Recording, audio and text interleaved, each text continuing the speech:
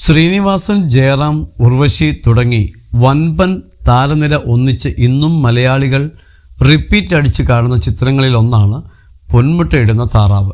രഘുനാഥ് പാലേരി രചന നിർവഹിച്ച ചിത്രത്തിൽ ആദ്യം നായകനായി തീരുമാനിച്ചത് മോഹൻലാലിനെ ആയിരുന്നുവെന്നാണ് ശ്രീനിവാസൻ പറയുന്നത്. ചിത്രത്തിൽ ജയറാം അവതരിപ്പിച്ച കഥാപാത്രമാണ് തനിക്ക് വേണ്ടി തീരുമാനിച്ചിരുന്നതെന്നും എന്നാൽ സത്യൻ അന്തിക്കാട് ഇന്നസെന്റുമായി നടത്തിയ ചർച്ചയ്ക്കിടയിലാണ് ചിത്രത്തിലെ നായകനായി തന്നെ തീരുമാനിച്ചാൽ നല്ലതാണെന്ന് ഉറപ്പിക്കുന്നതെന്നും അദ്ദേഹം പറഞ്ഞു.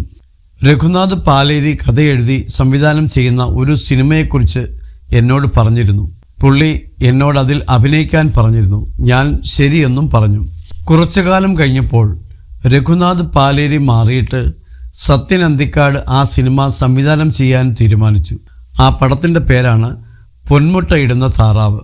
അന്ന് രഘുനാഥ് പാലേരി സംവിധാനം ചെയ്യാൻ തീരുമാനിച്ചപ്പോൾ അതിലെ നായകനായി തീരുമാനിച്ചത് മോഹൻലാലിനെയായിരുന്നു.